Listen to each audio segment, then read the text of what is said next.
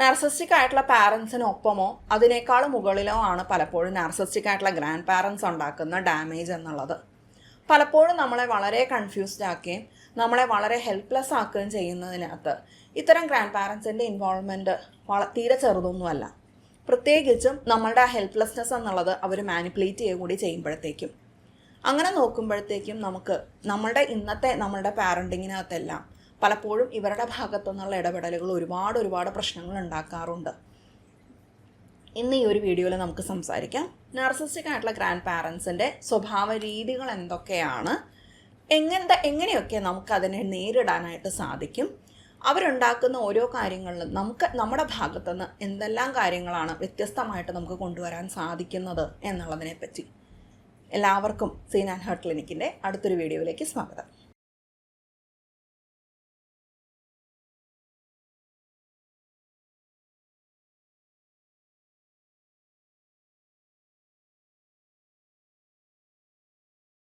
മനഃശാസ്ത്ര മേഖല എത്രയൊക്കെ മുന്നോട്ട് വന്നിട്ടുണ്ട് എന്ന് പറഞ്ഞാലും ഇൻ്റർപേഴ്സണൽ ആയിട്ടുള്ള, അതായത് രണ്ട് വ്യക്തികൾ തമ്മിലുള്ള റിലേഷൻഷിപ്പ്, ആ റിലേഷൻഷിപ്പിൻ്റെ ഡൈനാമിക്സും എങ്ങനെ നമ്മളുടെ മെൻ്റൽ ഹെൽത്തിനെ ഇൻഫ്ലുവൻസ് ചെയ്യുന്നു എന്നുള്ളതും, എവിടെയാണ് ബൗണ്ടറീസ് എന്നുള്ളതോ അല്ലെങ്കിൽ എവിടെയൊക്കെയാണ് അതിൻ്റെ അതിർവരമ്പുകളും അതിൻ്റെ കോൺസിക്വൻസസ് എന്നുള്ളതുമിനെ പറ്റിയിട്ടൊന്നും അത്ര തന്നെ ധാരണയില്ലാത്തൊരു സമൂഹത്തിലാണ് നമ്മൾ ജീവിക്കുന്നത്. നമ്മളെപ്പോഴും പറയാറുണ്ടല്ലേ. ഇത്തരം ഡൈനാമിക്സിനെ പറ്റിയിട്ടുള്ള ഒരു അവയർനെസ് കിട്ടുന്നത് വഴി നമുക്ക് നമ്മളുടെ സെൽഫിലേക്ക് തിരിച്ചു വരാനും നമുക്ക് നമ്മളുടെ മെൻ്റൽ ഹെൽത്തിന് യോജിക്കുന്നതായിട്ടുള്ള അനുയോജ്യമായിട്ടുള്ള ഡിസിഷൻസ് എടുക്കാനും കുറച്ചും കൂടി എളുപ്പമായിരിക്കും. നമ്മൾ സുഹൃത്തുക്കളുടെയും അല്ലെങ്കിൽ അറിയുന്ന ആളുകളുടെയും എല്ലാ ഉപദേശങ്ങൾ തേടുമ്പോൾ അവരും ഇതേ സമൂഹത്തിൽ ജീവിക്കുന്നതായതുകൊണ്ട് തന്നെ അവരുടെയും അറിവുകൾക്കും എല്ലാം പരിമിതികളുണ്ടെന്ന് തിരിച്ചറിയുമ്പോൾ നമുക്ക് നമ്മളുടെ മെൻ്റൽ ഹെൽത്തിൽ വർക്ക് ചെയ്യാനും മുന്നോട്ട് പോകാനും നമ്മൾ തന്നെ ശ്രമിച്ചല്ലേ പറ്റുള്ളൂ. അത്തരം കാര്യങ്ങളിലേക്ക് കൂടുതൽ അവയർനെസ് നിങ്ങളിലേക്ക് എത്തിക്കുന്നതിലേക്കാണ് സീൻ ആൻഡ് ഹേർട്ട് ക്ലിനിക്കിൻ്റെ എല്ലാ സോഷ്യൽ മീഡിയ പ്ലാറ്റ്ഫോംസും വർക്ക് ചെയ്യുന്നത്. നമുക്ക് യൂട്യൂബിൽ മാത്രമല്ല ഫേസ്ബുക്കിലും ഇൻസ്റ്റാഗ്രാമിലും പേജസ് ഉണ്ട്, വിസിറ്റ് ചെയ്യാനായിട്ട് മറക്കരുത്.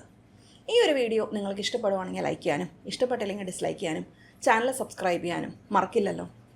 സീൻ ആൻഡ് ഹേർട്ട് ക്ലിനിക്ക് എന്നുള്ളത് ട്രോമ ഫോക്കസ്ഡ് ആയിട്ട് വളരെയധികം സർവീസസ് മുന്നോട്ട് വയ്ക്കുന്ന ഒരു സ്ഥാപനമാണ്. നമുക്ക് ഒരുപാട് വർക്ക്ഷോപ്പുകളുണ്ട്. നമ്മളുടെ തന്നെ മെൻ്റൽ ഹെൽത്തിൽ വർക്ക് ചെയ്യുന്നതിന് വേണ്ടി ഇൻട്രസ്റ്റഡ് ആയിട്ടുള്ളവർക്ക് അതിന് വേണ്ടിയിട്ടുള്ള ഒരുപാട് അവസരങ്ങൾ ക്ലിനിക്കിലുണ്ട്. ക്ലിനിക്കിൻ്റെ പുതിയതായിട്ടുള്ള പ്രവർത്തനങ്ങളെ പറ്റിയിട്ടും അല്ലെങ്കിൽ എക്സിസ്റ്റിംഗ് ആയിട്ടുള്ള വർക്ക്ഷോപ്പുകളെ പറ്റിയിട്ടും എല്ലാം അറിവുകൾ കിട്ടുന്നതിനും മെൻ്റൽ ഹെൽത്ത് സംബന്ധമായിട്ടുള്ള ഒരുപാട് ടിപ്സും കാര്യങ്ങളും എല്ലാം നിങ്ങൾക്ക് ഇമെയിലിലൂടെ ലഭിക്കുന്നതിന് വേണ്ടിയിട്ടും ഞങ്ങളുടെ ന്യൂസ് ലെറ്റർ സബ്സ്ക്രൈബ് ചെയ്യാവുന്നതാണ്. അതിൻ്റെ ലിങ്ക് ഈ ഒരു വീഡിയോൻ്റെ ഡിസ്ക്രിപ്ഷനകത്തുണ്ട്. അത് വിസിറ്റ് ചെയ്ത് കഴിഞ്ഞാൽ നിങ്ങൾക്ക് ന്യൂസ് ലെറ്റർ സബ്സ്ക്രൈബ് ചെയ്യാനായിട്ട് സാധിക്കും. അതുവഴി ഇമെയിലിലൂടെ നിങ്ങൾക്ക് അപ്ഡേറ്റ്സ് ലഭിക്കുകയും ചെയ്യും. നമുക്ക് വിഷയത്തിലേക്ക് വരാം, നമ്മളുടെ വീഡിയോയിലേക്ക് വരാം. നാർസിസ്റ്റിക് ആയിട്ടുള്ള ഗ്രാൻഡ് പാരൻസിനെ പറ്റി പറയുമ്പോൾ നമുക്ക് അറിയാം പാരൻറ്റിങ് എന്നുള്ളത് എത്രമാത്രം ഡിഫിക്കൽട്ടായിട്ടുള്ളൊരു ടാസ്ക്കാണ് എന്നുള്ളതും. പലപ്പോഴും ഇംഗ്ലീഷിലൊരു പ്രോവർബുണ്ട്, പാരൻറ്റിങ്ങിന് ഒരു വില്ലേജ് തന്നെ വേണം എന്നുള്ളത്. അതായത് ഒരു ഗ്രാമത്തിലെ മുഴുവൻ സപ്പോർട്ട് ഉണ്ടായാലാണ് ഒരു കുഞ്ഞിനെ വളർത്തിയെടുക്കാൻ സാധിക്കുക എന്ന് പറയുന്ന പോലെ. അപ്പോൾ ഗ്രാമം എന്ന് പറയുമ്പം നമുക്ക് എല്ലാവർക്കും പാരൻസിനെ സപ്പോർട്ടീവായിട്ടുള്ള ഒരു ഇൻറ്റിമേറ്റ് ആയിട്ടുള്ള ഒരു കമ്മ്യൂണിറ്റിയാണ് ഉദ്ദേശിക്കുന്നത്. പലപ്പോഴും നമുക്ക് അങ്ങനെ ഒരു കമ്മ്യൂണിറ്റി എന്നുള്ളത് നമ്മളുടെ പാരൻസും അല്ലെങ്കിൽ അവരുടെ പാരൻസും നമ്മളുടെ മറ്റ് റിലേറ്റീവ്സൊക്കെ അടങ്ങുന്ന ഒരു സോഷ്യൽ സിസ്റ്റമായിരിക്കും നമ്മളെ അങ്ങനെ സഹായിക്കുന്നതിലേക്ക്. എന്നാൽ അങ്ങനെ സഹായിക്കാനായിട്ട് നിൽക്കുന്ന ആളുകൾ നാർസിസ്റ്റിക് ആണെങ്കിൽ നമ്മൾ എന്ത് ചെയ്യും? അങ്ങനെയുള്ളതിൽ വരുന്ന ഏറ്റവും പ്രമുഖരായിട്ടുള്ള ഒരു കൂട്ടരാണ് നാർസിസ്റ്റിക് ആയിട്ടുള്ള ഗ്രാൻഡ് പാരൻസ് എന്നുള്ളത്.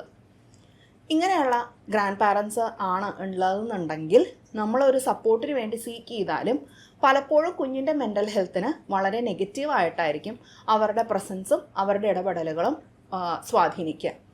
എങ്ങനെയാണ് അങ്ങനെ ഒരു കാര്യത്തിലേക്ക് വരുന്നത്? നമുക്ക് ഈ ഒരു വിഷയത്തിലേക്ക് ആഴത്തിലേക്ക് കടക്കാം. ഏറ്റവും പ്രധാനമായിട്ട് നാർസിസ്റ്റിക് ആയിട്ടുള്ള ആൾക്കാരെ സംബന്ധിച്ചിടത്തോളം ഏറ്റവും പ്രധാനപ്പെട്ട വിഷയം എന്താണ്? അവർക്ക് അവരുടെ ഇമേജ് വളരെ പ്രധാനമാണ് അല്ലേ. ലോകത്തിന് മുൻപിൽ അവരെങ്ങനെ അപ്പിയർ ചെയ്യുന്നു എന്നുള്ളത് അവർക്ക് വളരെയധികം ഇമ്പോർട്ടൻ്റ് ആയിട്ടുള്ള കാര്യമാണ്. അതുകൊണ്ട് ആ അപ്പിയറൻസ് മെയിൻറ്റെയിൻ ചെയ്യുക എന്നുള്ളതാണ് അവരുടെ ലക്ഷ്യം. സോ ആ ഒരു അപ്പിയറൻസ് മെയിൻറ്റെയിൻ ചെയ്യുന്നതിന് വേണ്ടിയിട്ട് അവരെന്തായിരിക്കും ചെയ്യുന്നത്? ആ അപ്പിയറൻസ് മെയിൻറ്റെയിൻ ചെയ്യുന്നതിന് വേണ്ടിയിട്ടാണ് അവർ വളരെ നല്ല ഒരു സിമ്പത്തറ്റിക് ആയിട്ടുള്ള വളരെയധികം ഇതുപോലെ ഉള്ള സാഹചര്യങ്ങളിൽ കുഞ്ഞിൻ്റെ മെൻ്റൽ ഹെൽത്താണ് എനിക്ക് ഏറ്റവും പ്രയോറിറ്റി എന്നുള്ള രീതിയിൽ നിൽക്കുന്ന ആളുകളുടെ മുഖംമൂടിയായിരിക്കും ഇത്തരം നാർസിസ്റ്റിക് ആയിട്ടുള്ള ഗ്രാൻഡ് പാരൻസിന്. അതുകൊണ്ട് തന്നെ വളരെ ലവിങ് ആൻഡ് കെയറിങ് ആയിട്ടുള്ള ആ ഒരു ഇമേജ് സൂക്ഷിക്കുന്നത് കൊണ്ട് തന്നെ പലപ്പോഴും നമുക്കത് തിരിച്ചറിയാനും അതിലൂടെ മുന്നോട്ട് പോകാനും വളരെ ട്രിക്കി ആയിരിക്കും.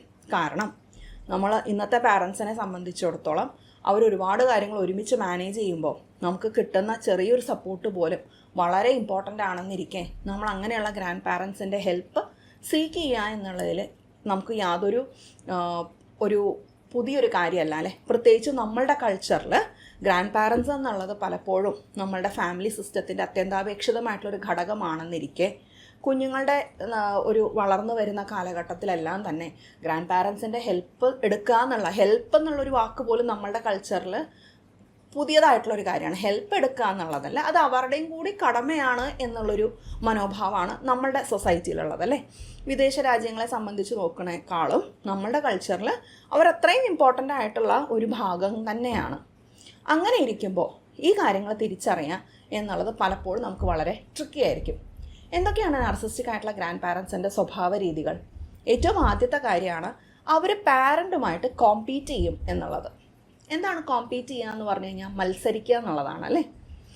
അതായത് അവരെ സംബന്ധിച്ചിടത്തോളം പാരൻറ്റിൻ്റെ സ്ഥാനം ഏറ്റെടുത്തുകൊണ്ട് ഞാനാണ് കുഞ്ഞിൻ്റെ ഓൾ ആൻഡ് ഓൾ, ഞാനാണ് കുഞ്ഞിൻ്റെ ഏറ്റവും പ്രൈമറി ആയിട്ടുള്ള ഒരു കെയർ ടേക്കർ എന്നുള്ള ഒരു കാര്യം ഏറ്റെടുക്കുന്നതിന് വേണ്ടി ഭൂരിഭാഗം നാർസിസ്റ്റിക് ആയിട്ടുള്ള ഗ്രാൻഡ് പാരൻസും ചെയ്യുന്നത് പാരൻറ്റുമായിട്ട് കോമ്പീറ്റ് ചെയ്യുക എന്നുള്ളതാണ്.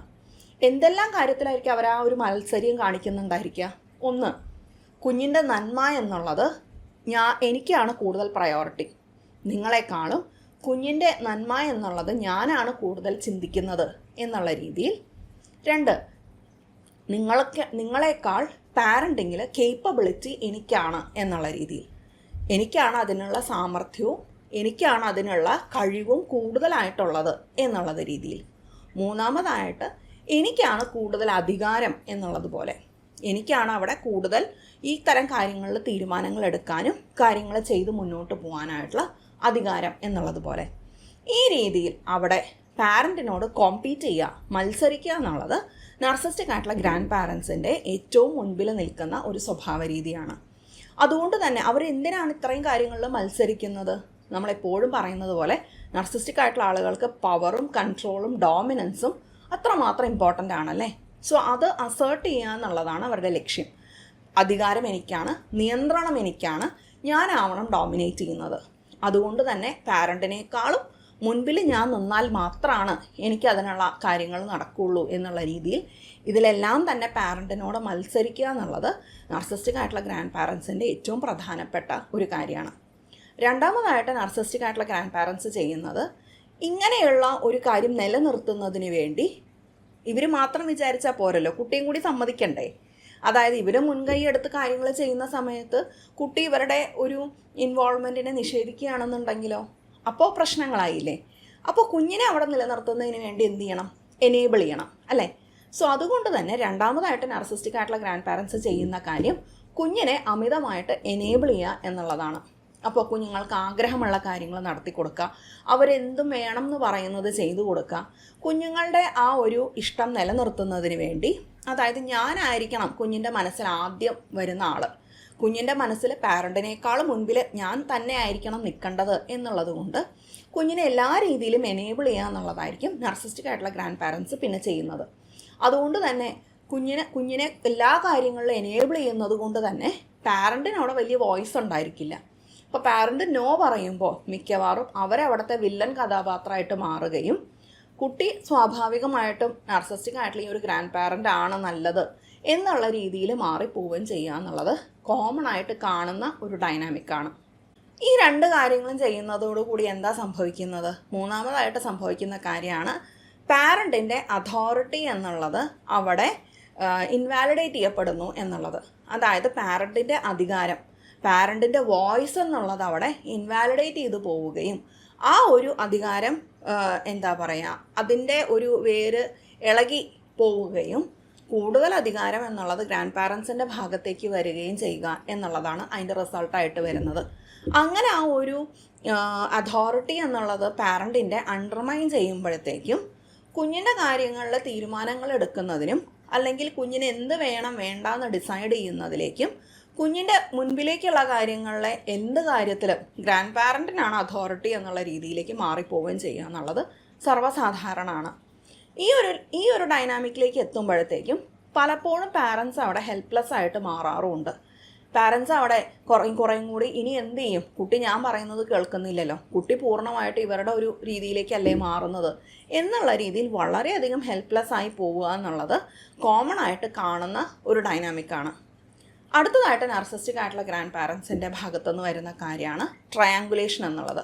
നമ്മൾ വളരെ വിശദമായിട്ട് മുൻപൊരു വീഡിയോയിൽ എങ്ങനെയാണ് കുട്ടികളുടെ ഇടയിലേക്ക് നാർസിസ്റ്റിക് ആയിട്ടുള്ള ആളുകളുടെ ഇടപെടലുകൾ ട്രയാങ്കുലേഷനായിട്ട് മാറുന്നത് എന്നുള്ളതും അത് കുഞ്ഞുങ്ങളുടെ മെൻ്റൽ ഹെൽത്തിനെ എങ്ങനെയെല്ലാം ബാധിക്കുന്നു എന്നുള്ളതും നമ്മൾ കഴിഞ്ഞൊരു ദിവസം ഒരു വീഡിയോയിൽ വിശദമായിട്ട് സംസാരിച്ചിരുന്നു. ആ ഒരു വീഡിയോ കാണാത്തവരുണ്ട് എന്നുണ്ടെങ്കിൽ തീർച്ചയായിട്ടും ആ ഒരു വീഡിയോ കണ്ടിരിക്കണം. കാരണം ആ ട്രയാങ്കുലേഷൻ എന്നുള്ളതാണ് പിന്നെ വരുന്ന ഏറ്റവും റെലവൻ്റ് ആയിട്ടുള്ള ഡൈനാമിക് എന്നുള്ളത്. ആ ഒരു ട്രയാങ്കുലേഷനിലൂടെ കുഞ്ഞും പാരൻറ്റും ഈ ഗ്രാൻഡ് പാരൻറ്റും ആയിട്ടുള്ള ഒരു രീതിയിൽ ഒരു ട്രയാങ്കുലേറ്റ് ആയി പോവുക എന്നുള്ളത് കാണാറുണ്ട്.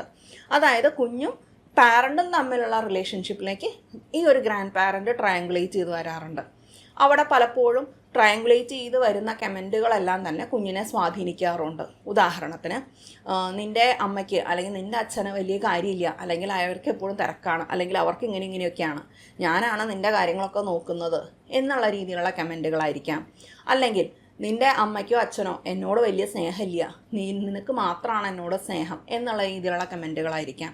ആ രീതിയിൽ കുഞ്ഞും പാരൻറ്റുമായിട്ടുള്ള റിലേഷൻഷിപ്പിനെ ക്വസ്റ്റ്യനിലാക്കുന്ന രീതിയിലുള്ള ട്രയാങ്കുലേറ്റ് ചെയ്തിട്ടുള്ള ഇടപെടലുകൾ പലപ്പോഴും നാർസിസ്റ്റിക് ആയിട്ടുള്ള ഗ്രാൻഡ് പാരൻസിൻ്റെ ഭാഗത്തുനിന്ന് വരാറുണ്ട്.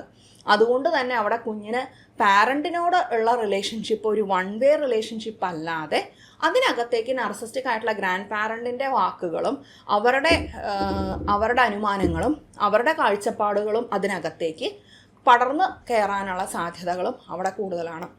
ഇനി ഈ ഒരു ഫാമിലി സിസ്റ്റത്തിനകത്ത് മൾട്ടിപ്പിൾ ആയിട്ടുള്ള കുട്ടികളുണ്ടെങ്കിലോ ഒരുപാട് കുട്ടികളുണ്ടെങ്കിലോ ചിലപ്പോൾ ഈ അച്ഛൻ്റെ അമ്മയുടെയും കുട്ടികൾ മാത്രമായിരിക്കില്ല, ചിലപ്പോൾ കസിൻസൊക്കെ ആയിട്ടുള്ള കുട്ടികളായിരിക്കാം. സോ ഈ ഒരു കുട്ടികളുടെ ഇടയിലേക്കും നാർസിസ്റ്റിക് ആയിട്ടുള്ള ഗ്രാൻഡ് പാരൻറ്റിൻ്റെ ഇടപെടലുകൾ വരാറുണ്ട്. അങ്ങനെ വരുമ്പോഴത്തേക്കും പിന്നെയും കുട്ടികൾ തമ്മിലുള്ള റിലേഷൻഷിപ്പിനെ അത് ബാധിക്കും. അതുപോലെ തന്നെ കുഞ്ഞുങ്ങളുടെ മെൻ്റൽ ഹെൽത്തിനെയും അത് ബാധിക്കും. അതെങ്ങനെ എന്നുള്ളത് ആ ഒരു വീഡിയോയിൽ നമ്മൾ വളരെ ഡീറ്റെയിൽ ആയിട്ട് സംസാരിക്കുന്നുണ്ട്, തീർച്ചയായിട്ടും കാണണം. ഈ ട്രയാങ്കുലേറ്റ് ചെയ്യുന്നത് വഴി അല്ലെങ്കിൽ ട്രയാങ്കുലേറ്റ് ചെയ്യുന്ന സമയത്ത് പലപ്പോഴും വരുന്ന അടുത്തൊരു ഡൈനാമിക്കാണ് അവിടെ ഫാമിലി റോൾസ് എന്നുള്ളത് വരുന്നത്. നാർസിസ്റ്റിക് ആയിട്ടുള്ള ഫാമിലി റോൾസ് എന്നുള്ള രീതിയിലുള്ള കാര്യങ്ങൾ അവിടെ വരുമ്പോൾ ഒരു കുട്ടി ഗോൾഡൻ ചൈൽഡ് എന്നുള്ള രീതിയിലേക്കും മറ്റേ കുട്ടി സ്കേപ്പ് ഗോട്ട് എന്നുള്ള രീതിയിലേക്കും ട്രയാങ്കുലേറ്റഡ് ആവാനായിട്ടുള്ള സാധ്യതകളും വളരെ കൂടുതലാണ്. നമ്മൾ ആ വീഡിയോയിൽ സംസാരിക്കുന്നത് പോലെ അവിടെ ഈ ഒരു വീട്ടിൽ ഒന്നിലധികം കുഞ്ഞുങ്ങളുണ്ടെങ്കിൽ പലപ്പോഴും നാർസിസ്റ്റിക് ആയിട്ടുള്ള ഈ ഒരു ഗ്രാൻഡ് പാരൻറ്റിൻ്റെ അഭിപ്രായങ്ങളെല്ലാം തന്നെ ഈ കുഞ്ഞുങ്ങളുടെ ഫാമിലി റോൾസിനെ ഡിറ്റർമിൻ ചെയ്യുന്ന രീതിയിലേക്ക് വരാറുണ്ട്. അതുവഴി അവരുടെ മെൻ്റൽ ഹെൽത്തിനെ അത് വളരെയധികം നെഗറ്റീവായിട്ട് ബാധിക്കാറുണ്ട്. അത് ഗോൾഡൻ ചൈൽഡ് ആയാലും സ്കേപ്പ് ഗോട്ടഡ് ആയിട്ടുള്ള ചൈൽഡ് ആയാലും അവരുടെ മെൻ്റൽ ഹെൽത്ത് രണ്ടുപേരുടെയും വളരെയധികം പ്രശ്നത്തിലേക്ക് പോകുന്നതായിട്ട് കാണാറുണ്ട്. അങ്ങനെ ആ കുഞ്ഞിൻ്റെ മെൻ്റൽ ഹെൽത്തിനെ പ്രോബ്ലത്തിലാക്കുന്ന അടുത്തൊരു ഡൈനാമിക് എന്നുള്ളത് ഈ ഒരു നാർസിസ്റ്റിക് ഗ്രാൻഡ് പാരൻറ്റിൻ്റെ റിലേഷൻഷിപ്പ് എന്നുള്ളത് ട്രാൻസാക്ഷണൽ ആയിരിക്കും എന്നുള്ളത് കൊണ്ടാണ്. നമുക്കെല്ലാം അറിയാം നാർസിസ്റ്റിക് ആയിട്ടുള്ള എല്ലാവരും ട്രാൻസാക്ഷണൽ ആണെന്നല്ലേ. പക്ഷേ ഇവിടെ നാർസിസ്റ്റിക് ആയിട്ടുള്ള ഗ്രാൻഡ് പാരൻ്റ് അവിടെ ട്രാൻസാക്ഷണൽ ആകുമ്പോൾ നമ്മൾ പറഞ്ഞു തുടക്കത്തിൽ തന്നെ അവരെ എനേബിൾ ചെയ്യും. അവരവിടെ പാരൻറ്റിൻ്റെ അതോറിറ്റി ക്വസ്റ്റ്യൻ ചെയ്യുന്ന രീതിയിൽ കുഞ്ഞിനെ വളരെയധികം ലവ് ബോംബ് ചെയ്തും എനേബിൾ ചെയ്തിട്ടും എല്ലാമാണ് അവരുടെ ഒരു അധികാരം കൊണ്ടുവരുന്നത് എന്നുള്ളത്. കുഞ്ഞുങ്ങൾ ഒരിക്കലും അതിൻ്റെ പ്രൈസ് ടാഗ് നോക്കിയിട്ടല്ലേ കാര്യങ്ങൾ ചെയ്യുന്നുണ്ടായിരിക്കുക. കുഞ്ഞുങ്ങൾക്ക് എന്തറിയാം, അവർക്ക് മിഠായി വാങ്ങിക്കൊടുക്കുന്ന എല്ലാവരും ഹാപ്പി ആയിട്ടുള്ള രീതിയിലായിരിക്കും. എന്നാൽ ഈ മിഠായിക്കൊക്കെ വിലയുണ്ട് എന്ന് കുഞ്ഞ് തിരിച്ചറിയുന്നത് ട്രാൻസാക്ഷണൽ ആയിട്ടുള്ള ഇടപെടലുകൾ വരുമ്പോഴായിരിക്കും. കുഞ്ഞിൻ്റെ ഭാഗത്തുനിന്ന് നോ പറയുമ്പോൾ, കുഞ്ഞിൻ്റെ ഭാഗത്തുനിന്ന് സ്വന്തം കാര്യങ്ങൾ അസേർട്ട് ചെയ്യുമ്പോൾ, ഈ ഒരു ഗ്രാൻഡ് പാരൻറ്റിന് ഇഷ്ടമില്ലാത്ത രീതിയിൽ കുഞ്ഞ് സംസാരിക്കുമ്പോഴെല്ലാം തന്നെ ഈ ഒരു ഗ്രാൻഡ് പാരൻ്റ് അവിടെ ഞാനിതൊക്കെ ചെയ്തു തന്നിട്ട് നീ ഇതാണോ എന്നോട് പറയുന്നത്, നീ എൻ്റെ കയ്യിൽ നിന്ന് ഇത്രയും കാര്യങ്ങളെല്ലാം വാങ്ങിയിട്ട് നീ ഇതാണോ എന്നോട് ചെയ്യുന്നത് എന്നുള്ള ഒരൊറ്റ ചോദ്യം കൊണ്ട് തന്നെ കുഞ്ഞ് അവിടെ വളരെ കൺഫ്യൂസ്ഡ് ആവുകയും ഗിൽട്ടിലേക്ക് പോവുകയും അവിടെ ഈ ഒരു നാർസിസ്റ്റിക് ആയിട്ടുള്ള ഗ്രാൻഡ് പാരൻറ്റിനെ പ്രീതിപ്പെടുത്തണം എന്നുള്ള രീതിയിലേക്ക് ഫോണിങ് എന്നുള്ള റെസ്പോൺസിലേക്ക് പോകാനുമുള്ള സാധ്യതകൾ വളരെ കൂടുതലാണ്. സോ ആ ഒരു ട്രാൻസാക്ഷണൽ ആയിട്ടുള്ള ഇടപെടലുകൾ വരുമ്പോഴത്തേക്കും പലപ്പോഴും കുഞ്ഞുങ്ങൾ അവിടെ അവരെ പ്ലീസ് ചെയ്യണം എന്നുള്ള മനോഭാവത്തിലേക്ക് പോകാനുള്ള സാധ്യതകളുണ്ട്. അതുപോലെ തന്നെ പലപ്പോഴും ഷെയിം ചെയ്യപ്പെടുക എന്നുള്ളത് കൂടി വരുമ്പോഴത്തേക്കും കുഞ്ഞിൻ്റെ കുറവുകളെ എടുത്തു പറഞ്ഞുകൊണ്ടുള്ള ഷെയിമിങ് എന്നുള്ളത് വളരെ സട്ടിലായിട്ട് വരുമ്പോഴത്തേക്കും അവിടെയും കുഞ്ഞുങ്ങളവിടെ ഈ പറഞ്ഞ നല്ല കാര്യങ്ങൾ എനിക്ക് നിലനിർത്തണമെങ്കിൽ ഞാൻ ഇത്ര കാര്യങ്ങൾ ചെയ്തേ പറ്റുള്ളൂ, പെർഫോം ചെയ്തേ പറ്റുള്ളൂ എന്നുള്ള രീതിയിലേക്ക് മാറിപ്പോകാനുള്ള സാധ്യതയും വളരെ കൂടുതലാണ്. അതുപോലെ തന്നെ ഈ ഒരു നാർസിസ്റ്റിക് ആയിട്ടുള്ള ഗ്രാൻഡ് പാരൻറ്റിന് അവിടെ ബൗണ്ടറീസ് എന്നുള്ളത് വെക്കാത്തത് കൊണ്ട് തന്നെ പലപ്പോഴും കുഞ്ഞിനത് വളരെ കൺഫ്യൂസിങ് ആയി മാറുകയും നമ്മൾ ഈ പറഞ്ഞതെല്ലാം ആ ബൗണ്ടറീസിനെ വയലേറ്റ് ചെയ്യുന്ന കാര്യങ്ങളാണല്ലേ. അതായത് കുഞ്ഞുങ്ങളോട് പറയേണ്ട കാര്യങ്ങളല്ല പറയുന്നത്, കുഞ്ഞുങ്ങൾക്ക് ശരിയായിട്ടുള്ള രീതിയിൽ വേണ്ടുന്ന കാര്യങ്ങളല്ല ചെയ്യുന്നത്. അതുകൊണ്ടെല്ലാം തന്നെ ആ ബൗണ്ടറീസിനുള്ള ലാക്ക് എന്നുള്ളത് പലപ്പോഴും കുഞ്ഞുങ്ങളുടെ മെൻ്റൽ ഹെൽത്തിനെ വളരെയധികം ഇൻഫ്ലുവൻസ് ചെയ്യും. പലപ്പോഴും ഒരു വീട്ടിൽ നാർസിസ്റ്റിക് ആയിട്ടുള്ള കുഞ്ഞുങ്ങൾ വളർന്നു വരുന്നത് തന്നെ ചില സമയങ്ങളിൽ ഇതുപോലെയുള്ള ഓവറായിട്ടുള്ള ഇൻഡൾജിങ് എന്നുള്ളത് ഇതുപോലെ നാർസിസ്റ്റിക് ആയിട്ടുള്ള ഗ്രാൻഡ് പാരൻസിൽ നിന്ന് കിട്ടുമ്പോൾ വരാറുണ്ട്. അതിനോടൊപ്പം തന്നെ ഏറ്റവും ഈ പറയുന്ന കൂട്ടത്തിൽ ഏറ്റവും സിഗ്നിഫിക്കൻ്റ് ആയിട്ടുള്ള ഒരു ഡൈനാമിക് എന്നുള്ളത് നാർസിസ്റ്റിക് ആയിട്ടുള്ള ഗ്രാൻഡ് പാരൻസ് നടത്തുന്ന ഇമോഷണൽ നെഗ്ലക്റ്റ് എന്നുള്ളതാണ്. നമുക്കറിയാം കുഞ്ഞുങ്ങളെ വളർത്തിക്കൊണ്ടുവരുന്ന കാര്യങ്ങളിൽ പാരൻറ്റിങ്ങിൽ നമ്മൾ ശ്രദ്ധിക്കേണ്ടതായിട്ടുള്ള ഒരുപാട് കാര്യങ്ങളുണ്ടെന്ന്. നമ്മളുടെ തന്നെ ചാനലിൽ പാരൻറ്റിങ്ങുമായിട്ട് ബന്ധപ്പെട്ടിട്ടുള്ള ഒരുപാട് വീഡിയോസുള്ള പ്ലേലിസ്റ്റൊക്കെ ഉണ്ട്. ഇതിനകത്തെല്ലാം നമ്മൾ പറയുന്ന വളരെ റെലവൻ്റ് ആയിട്ടുള്ളൊരു കാര്യമാണ് കുഞ്ഞുങ്ങളുടെ ഇമോഷൻസിനെ നമ്മൾ റെക്കഗ്നൈസ് ചെയ്യും, ഇമോഷണൽ സപ്പോർട്ട് കൊടുത്തുകൊണ്ടും വേണം കുഞ്ഞുങ്ങളോട് ഇടപെടാനെന്നുള്ളത്. നാർസിസ്റ്റിക് ആയിട്ടുള്ള ഗ്രാൻഡ് പാരൻസ് ആവട്ടെ ഈ കാര്യത്തിൽ വളരെ വളരെ പിന്നോക്കാണ്. കുഞ്ഞ് എന്നൊരു ഇമോഷൻ കാണിക്കുന്നോ അന്ന് അവർ അതിനെ ഡിനൈ ചെയ്യുക, അതിനെ റിജക്റ്റ് ചെയ്യുക, അതിനെ ഷെയിം ചെയ്യുക, ഗിൽട്ട് ചെയ്യുക എന്നുള്ളതൊക്കെ ആയിരിക്കും ചെയ്യുന്നുണ്ടായിരിക്കുക. അതുകൊണ്ട് തന്നെ അത്തരം ഇടപെടലുകൾ വരുമ്പോഴത്തേക്കും കുഞ്ഞുങ്ങൾ നേരിടുന്ന ഇമോഷണൽ നെഗ്ലക്റ്റ് എന്നുള്ളത് വളരെ ഇൻറ്റൻസ് ആണ്. നാർസിസ്റ്റിക് ആയിട്ടുള്ള എല്ലാ ആൾക്കാരോട് ഇടപെടുമ്പോഴും നാർസിസ്റ്റിക് ആയിട്ടുള്ള പാരൻസ് ആണെങ്കിലും ഇതേ രീതി തന്നെയാണല്ലേ. ഇമോഷണൽ നെഗ്ലക്റ്റ് എന്നുള്ളത് വളരെ സ്ട്രോങ് ആയിട്ടുള്ളൊരു കമ്പോണൻ്റ് ആണ്. എന്നാൽ നാർസിസ്റ്റിക് ആയിട്ടുള്ള ഗ്രാൻഡ് പാരൻസിൻ്റെ ഭാഗത്തു നിന്നുള്ള എനേബിളിംഗ് എന്നുള്ളത് വളരെ മുന്നിൽ നിൽക്കുമ്പോൾ അതിനോടൊപ്പം തന്നെ ഇമോഷണൽ നെഗ്ലക്റ്റ് വരുമ്പോഴത്തേക്കും അടുത്ത ഒരു തലമുറയിലേക്ക് കൂടി നാർസിസ്റ്റിക് ആയിട്ടുള്ള രീതിയിലേക്ക് മാറാനും അല്ലെങ്കിൽ ട്രോമറ്റൈസ്ഡ് ആയിട്ടുള്ള കുട്ടികൾ വരാനും ഉള്ള സാധ്യത വളരെ വളരെ കൂടുതലാണ്.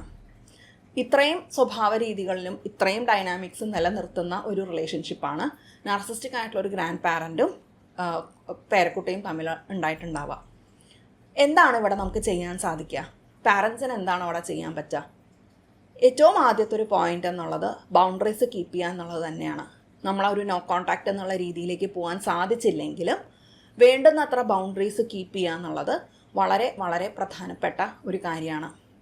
ശരിയാണ്, നമുക്ക് എല്ലാവർക്കും നമ്മുടെ ജീവിതത്തിൻ്റേതായിട്ടുള്ള പരിമിതികൾ നിലനിൽക്കുന്നുണ്ട് എന്നുണ്ടെങ്കിലും കുഞ്ഞിൻ്റെ മെൻ്റൽ ഹെൽത്ത് എന്നുള്ള കാര്യത്തിലേക്ക് വരുമ്പോഴത്തേക്കും സഫിഷ്യൻ്റ് ആയിട്ടുള്ള ബൗണ്ടറീസ് നമ്മൾ കീപ്പ് ചെയ്തിട്ടില്ലെങ്കിൽ അത് അടുത്തൊരു തലമുറയെ കൂടി വളരെ നെഗറ്റീവായിട്ട് ബാധിക്കുമല്ലേ. അതുകൊണ്ട് തന്നെ ബൗണ്ടറീസ് എന്നുള്ളതാണ് ആദ്യത്തെ ഒരു പോയിൻ്റ്.